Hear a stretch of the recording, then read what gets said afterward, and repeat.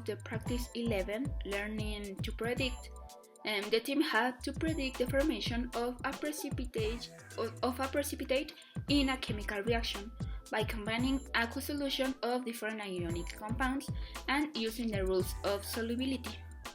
And in practice number 12, production and recognition of gases, the team learned how to prepare gaseous compounds and identify their properties.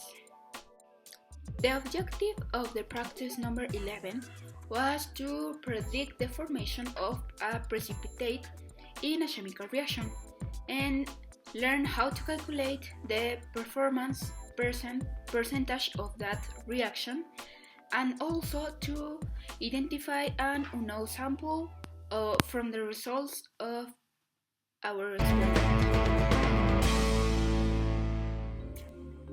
In this practice, what the team do first was to bring the table with all the reactions they will have to do, and they use KE, and they had to put different compounds in it and put the reactions in their notebook.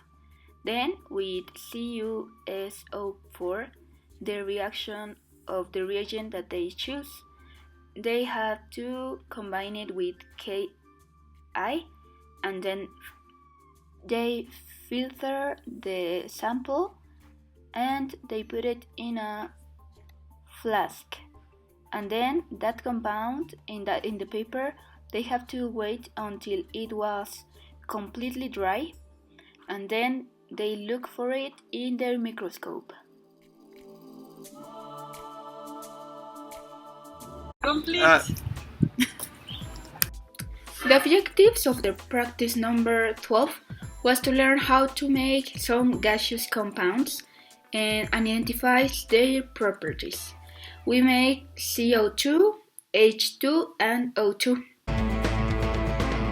In the first stage of practice number 12, what the team did first was to prepare 45 milliliters of CO2 in a syringe. Then the team take lime water and put in it 10 milliliters of CO2 and observe what happens.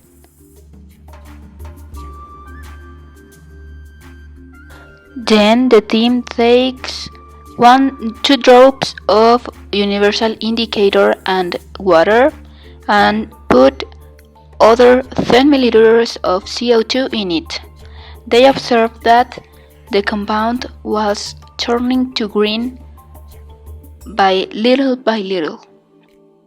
In the second stage of this practice, what the team do was to create the H2 and O2 in gases and make some proofs of that.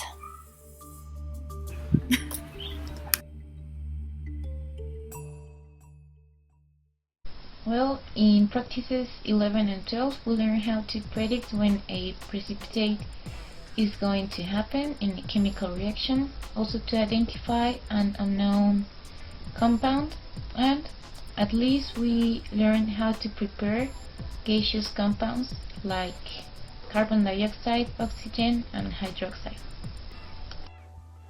In this practice, we learned about the properties of gases and how we can produce certain gases from some chemical reactions. And we also learned something about the kinetic theory of gases. It all had to do with gases. Well, what did I learn in the practice 11 and the practice 12? First of all, I learned how to predict the formation of a precipitate in a chemical reaction to the aqueous solution of a different ionic compounds by using the solubility rules. Also, I learned how to prepare gaseous compounds in syringes and identify some of their properties. I think that my favorite part was when we prepared the CO2, the hydrogen, and the oxygen, because I didn't expect that to happen. It was pretty cool. In these last 2 practices, what I learned was that, I have the opportunity to apply the knowledge I acquired last semester, And for me it was amazing to discover for what are that knowledge is for. So I have the opportunity to apply it.